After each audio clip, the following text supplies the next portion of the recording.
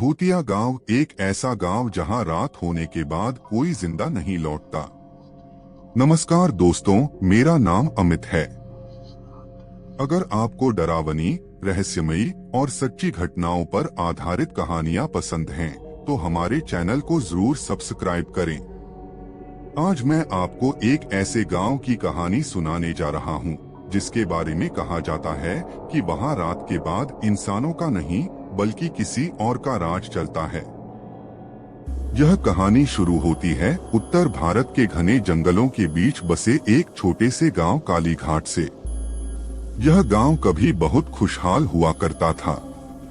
खेतों में हरियाली थी, मंदिरों में घंटियां बजती थीं और बच्चों की हंसी पूरे गांव में गूंजती थी। लेकिन लगभग 50 साल पहले एक ऐसी घटना हुई जिसने पूरे गांव की किस्मत बदल दी। कहा जाता है कि एक अमावस्या की रात पूरे गांव के लोग अचानक गायब हो गए। अगले दिन आसपास के लोगों ने जब गांव में प्रवेश किया तो उन्हें हर घर का दरवाजा खुला मिला। खाना वैसे ही रखा था, चूल्हे जल रहे थे, लेकिन कोई इंसान नहीं था। ऐसा लग रहा था जैसे पूरा गांव एक ही पल में हवा हो गया हो। सरकार ने जांच करवाई, पुलिस आई, वैज्ञानिक आए, लेकिन किसी को कोई जवाब नहीं मिला। धीरे धीरे उस गांव को बंद कर दिया गया। लोग उसे भूतिया गांव कहने लगे। सालों बाद मैं और मेरे 3 दोस्त राहुल, समीर और करण इस गांव की सच्चाई जानने के लिए निकल पड़े। हम चारों एक ट्रैवल और हॉरर यूट्यूब चैनल चलाते थे। हमारा मकसद था दुनिया की सबसे रहस्यमयी जगहों की सच्चाई लोगों तक पहुंचाना। जब हमने इस गांव के बारे में इंटरनेट पर खोजबीन की तो बहुत कम जानकारी मिली। बस इतना लिखा था कि वहां रात बिताने वाला कोई भी इंसान कभी वापस नहीं आया। हमने तय कर लिया कि चाहे जो हो जाए, इस रहस्य का सच दुनिया के सामने लाएंगे। 2 दिन की यात्रा के बाद हम उस जंगल के किनारे पहुंचे जहां से गांव तक का रास्ता शुरू होता था। जंगल में घुसते ही अजीब सी ठंड महसूस होने लगी। जबकि गर्मियों का मौसम था, फिर भी हवा बर्फ जैसी ठंडी थी। कुछ दूर जाने पर हमें एक बूढ़ा आदमी मिला। उसने हमें रोकते हुए कहा, बेटा, अगर जान प्यारी है तो वापस लौट जाओ। उस गांव में सूरज ढलने के बाद कोई इंसान नहीं रहता। राहुल हंसते हुए बोला, बाबा, ये सब अंधविश्वास है। बूढ़े ने हमारी आंखों में देखते हुए कहा, मैंने अपने बेटे को उसी गांव में खोया है। अगर मेरी बात नहीं मानोगे तो अगली सुबह तुम्हारे नाम के अलावा कुछ नहीं बचेगा। उसकी आवाज में ऐसा दर्द था कि कुछ पल के लिए हम सब चुप हो गए। लेकिन वीडियो बनाने का जुनून हम पर भारी पड़ गया। शाम होने से पहले हम गांव के मुख्य दरवाजे तक पहुंच गए। वहां एक टूटा हुआ पत्थर लगा था जिस पर धुंधले अक्षरों में लिखा था, सूर्यास्त के बाद प्रवेश वर्जित। गांव में कदम रखते ही ऐसा लगा जैसे समय रुक गया हो। घर टूटे हुए थे, पेड़ों की सूखी शाखाएं हवा में हिल रही थीं और चारों तरफ गहरा सन्नाटा था। एक भी पक्षी की आवाज नहीं आ रही थी। करण ने कैमरा ऑन किया और रिकॉर्डिंग शुरू कर दी। तभी कैमरे की स्क्रीन कुछ सेकंड के लिए अपने आप काली हो गई। उसने सोचा कि शायद बैटरी की समस्या होगी, लेकिन बैटरी पूरी तरह चार्ज थी। हमने गांव के बीच बने पुराने चौक में अपना सामान रखा। जैसे जैसे सूरज डूब रहा था, हवा और ठंडी होती जा रही थी। अचानक दूर एक घर के अंदर से किसी छोटी बच्ची की हंसी सुनाई दी। हम सब एक दूसरे को देखने लगे। समीर ने धीमी आवाज में कहा, क्या यहाँ कोई रहता है? मैंने टॉर्च उठाई और उस घर की ओर बढ़ने लगा। जैसे ही हम दरवाजे के पास पहुंचे, हंसी अचानक बंद हो गई। घर के अंदर गुप्त अंधेरा था।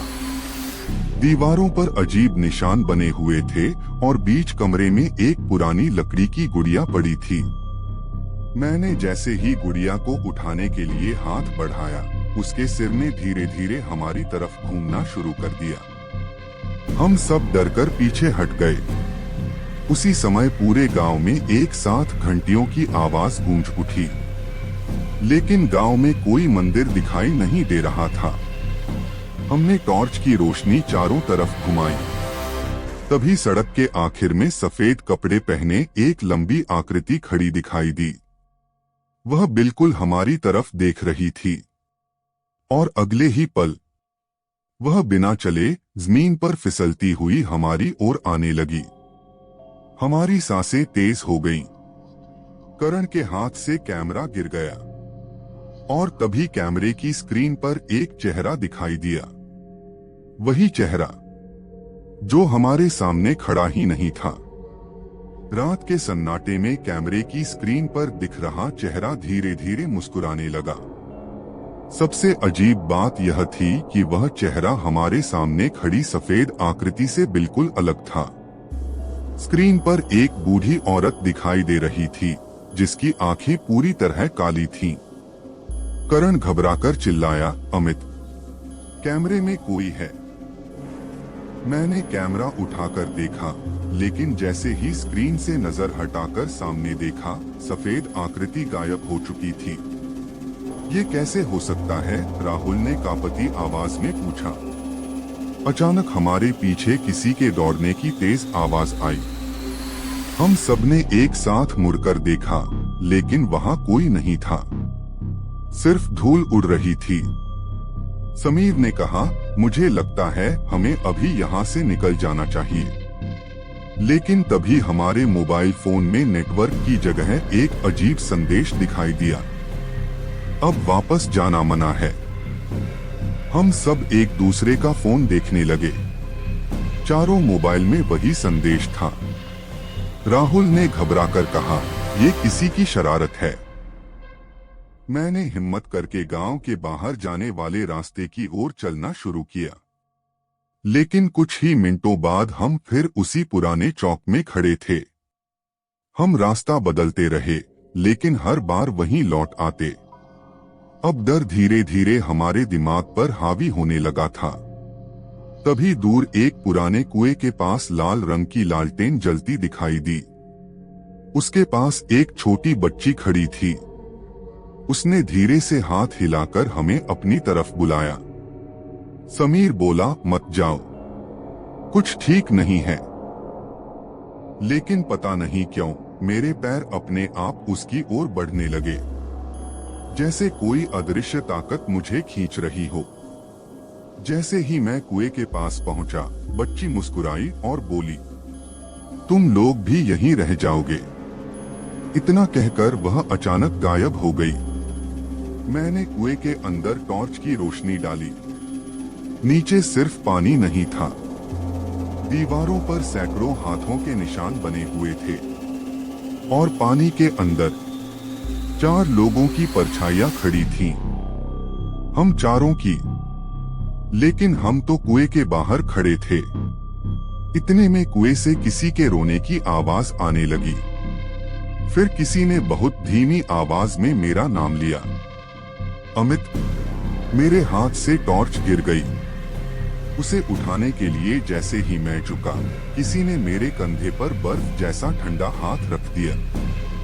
मैंने तुरंत पीछे देखा, वहां कोई नहीं था, लेकिन मेरी शर्ट पर 5 उंगलियों के काले निशान साफ दिखाई दे रहे थे। उसी समय पूरे गांव में तेज हवा चलने लगी। सभी घरों के दरवाजे अपने आप खुलने और बंद होने लगे। हर तरफ बच्चों की हंसी, औरतों के रोने और किसी के जोर जोर से मंत्र पढ़ने की आवाजें एक साथ गूंजने लगीं।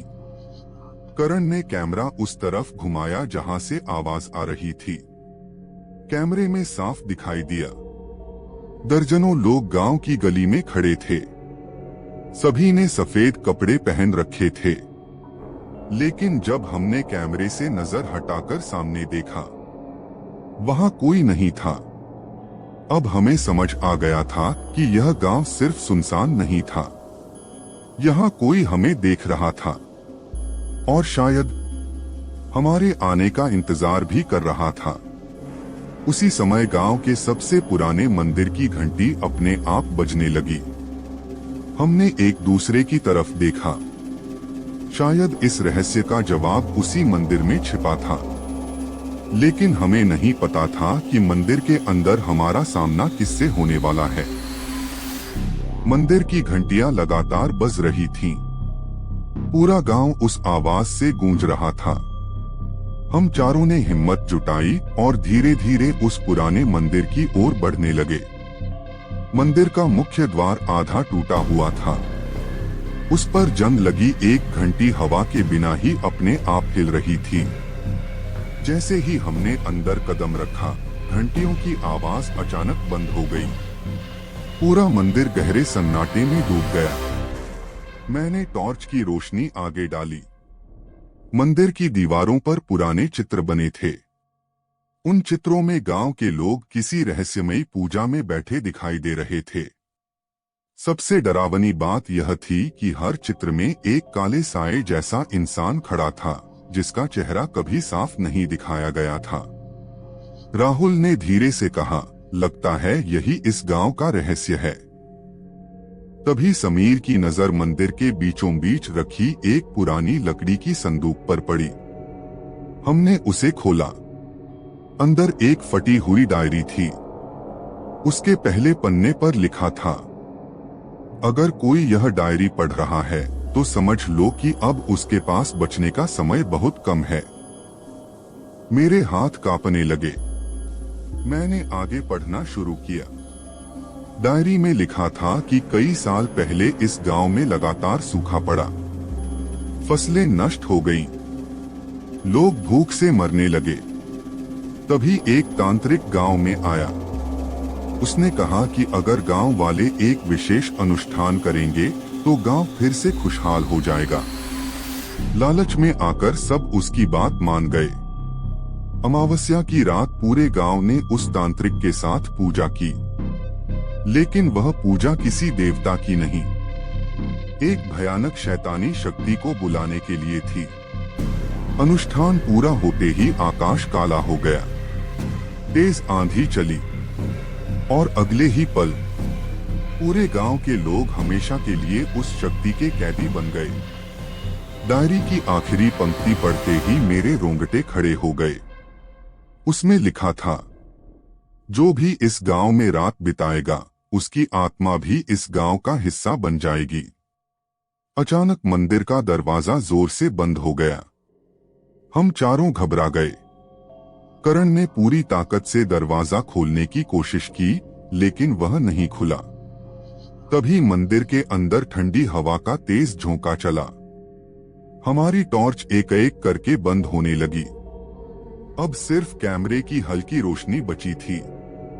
उसी रोशनी में हमने देखा, मंदिर के दूसरे कोने में वही काला साया खड़ा था। धीरे धीरे उसकी आंखें लाल होने लगी। वह हमारी तरफ बढ़ने लगा। उसके कदमों की आवाज नहीं आ रही थी, लेकिन हर कदम के साथ मंदिर की जमीन कांप रही थी। समीर डर के मारे जोर से चिल्लाया। उसी पल कैमरा अपने आप रिकॉर्डिंग बंद करके फिर चालू हो गया। स्क्रीन पर लिखा था, 4 आए थे, अब चारों यहीं रहेंगे। अचानक राहुल हवा में उछलकर कई फीट दूर जा गिरा। हम उसकी तरफ भागे, लेकिन तभी मंदिर की दीवारों से सैकड़ों काले हाथ बाहर निकलने लगे। वे हाथ हमारी तरफ बढ़ रहे थे। मैंने पूरी ताकत से राहुल को उठाया। करण चिल्लाया, भागो अभी।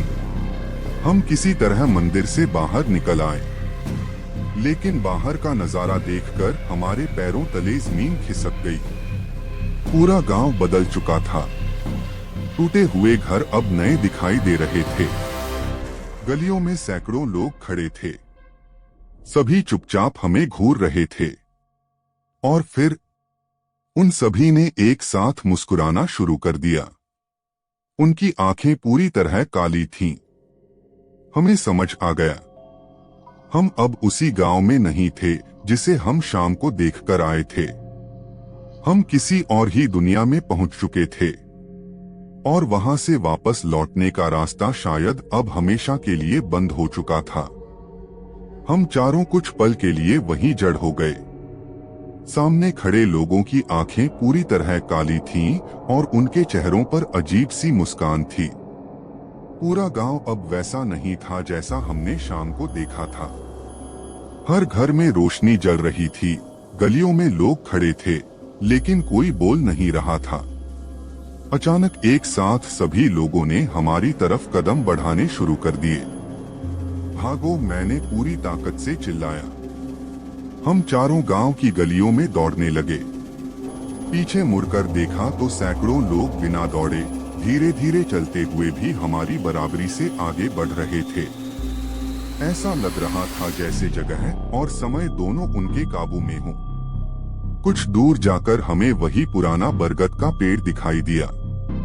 उसके नीचे एक बहुत बूढ़ा साधु बैठा था। हैरानी की बात यह थी कि उसकी आंखों में डर नहीं था। उसने हमें अपने पास बुलाया और कहा, मैं पिछले 40 साल से इसी रात का इंतजार कर रहा था। मैंने कांपती आवाज में पूछा, आप कौन हैं? साधु ने गहरी सांस लेते हुए कहा, मैं इस गांव का आखिरी जीवित पुजारी हूँ। जब तांत्रिक ने शैतानी शक्ति को बुलाया था तब मैं मंदिर में नहीं था, इसलिए बच गया। लेकिन उस रात के बाद से मैं इस अभिशाप को खत्म करने का रास्ता खोज रहा हूँ।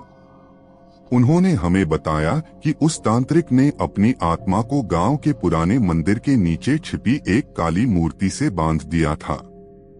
जब तक वह मूर्ति नष्ट नहीं होगी तब तक गांव की आत्माएं कभी मुक्त नहीं होंगी। लेकिन ध्यान रखना, साधु बोले, मूर्ति तक पहुंचने से पहले वह शक्ति तुम्हें हर तरह से रोकने की कोशिश करेगी। वह तुम्हारे डर, तुम्हारी यादों और तुम्हारे अपनों का रूप ले सकती है।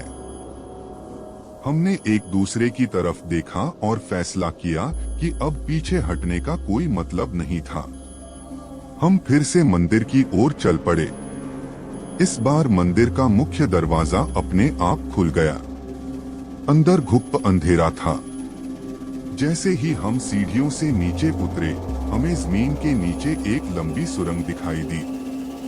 दीवारों पर अजीब चिन्ह बने थे और हर कुछ कदम पर बुझी हुई मशालें लगी थीं। सुरंग के आखिर में एक विशाल कक्ष था। बीच में काले पत्थर की एक मूर्ति रखी थी, जिसकी लाल आंखें अंधेरे में चमक रही थीं। तभी पूरे कमरे में गूंजती हुई आवाज आई, इतनी दूर आ ही गए हो, अब लौटकर नहीं जा पाओगे। अचानक हमारे सामने हमारे अपने परिवार के लोगों की आकृतियां दिखाई देने लगीं। मैंने अपनी माँ को देखा। वह रोते हुए बोली, अमित, मेरे पास आ जाओ। एक पल के लिए मेरा मन डगमगा गया। तभी साधु की बात याद आई, जो दिखाई दे उस पर भरोसा मत करना। मैंने आंखें बंद की और पूरी ताकत से मूर्ति की तरफ दौड़ पड़ा। उसी समय वह काला साया हमारे सामने प्रकट हो गया। उसका चेहरा धुएं की तरह बदल रहा था। कभी वह तांत्रिक लगता, कभी कोई और। उसने जोर से चीख मारी और पूरा मंदिर कांप उठा। करण ने कैमरे की तेज लाइट उसकी तरफ कर दी। कुछ सेकंड के लिए वह पीछे हट गया। राहुल और समीर ने पास पड़ी लोहे की भारी जंजीर उठाकर मूर्ति पर दे मारी। मूर्ति में पहली दरार पड़ी। काला साया पहले से भी ज्यादा भयानक होकर गरजा। जमीन फटने लगी, छत से पत्थर गिरने लगे। मैंने पूरी ताकत से एक बड़ा पत्थर उठाया और मूर्ति पर दे मारा। दूसरी दरार भी पड़ गई। अचानक पूरे कमरे में तेज सफेद रोशनी फैल गई। हजारों चीखें एक साथ सुनाई देने लगीं। ऐसा लग रहा था जैसे वर्षों से कैद आत्माएं आजाद होने की कोशिश कर रही हों। मैंने आखिरी बार पूरी ताकत लगाकर मूर्ति पर वार किया। एक भयानक धमाके के साथ वह मूर्ति टुकड़ों में टूट गई। उसी क्षण काला साया दर्द से चीखते हुए धुएं में बदल गया। पूरा मंदिर हिलने लगा। साधु चिल्लाए, भागो, यहाँ से तुरंत निकलो। हम चारों जितनी तेज दौड़ सकते थे दौड़े। पीछे से मंदिर ढहने की आवाज आ रही थी। जैसे ही हम गांव की सीमा से बाहर निकले, सूरज की पहली किरण जंगल पर पड़ी। हमने पीछे मुड़कर देखा। जहां पूरा गांव था, वहां अब सिर्फ खंडहर बचे थे। न रोशनी थी, न लोग, न कोई आवाज। सब कुछ फिर से वीरान हो चुका था। कुछ दिनों बाद जब हमने कैमरे की रिकॉर्डिंग देखी, तो आखिरी 5 मिनट का वीडियो पूरी तरह गायब था। लेकिन आखिरी फ्रेम में एक चीज साफ दिखाई दे रही थी। मंदिर के टूटे हुए दरवाजे पर वही छोटी बच्ची खड़ी थी। इस बार उसके चेहरे पर मुस्कान थी। उसने धीरे से हाथ हिलाया और फिर हमेशा के लिए गायब हो गई। आज भी लोग कहते हैं कि उस गांव का अभिशाप खत्म हो चुका है। लेकिन जो लोग वहां रात में जाते हैं, उन्हें कभी कभी दूर से एक बच्ची की हंसी अब भी सुनाई देती है। और अगर ध्यान से सुनो, तो ऐसा लगता है जैसे कोई धीरे से तुम्हारा नाम लेकर पुकार रहा हो। अगर यह कहानी आपको पसंद आई हो, तो वीडियो को लाइक करें, चैनल को सब्सक्राइब करें और ऐसी ही डरावनी कहानियों के लिए जुड़े रहें। मैं हूं अमित। फिर मिलूंगा एक और रहस्यमयी और खौफनाक कहानी के साथ।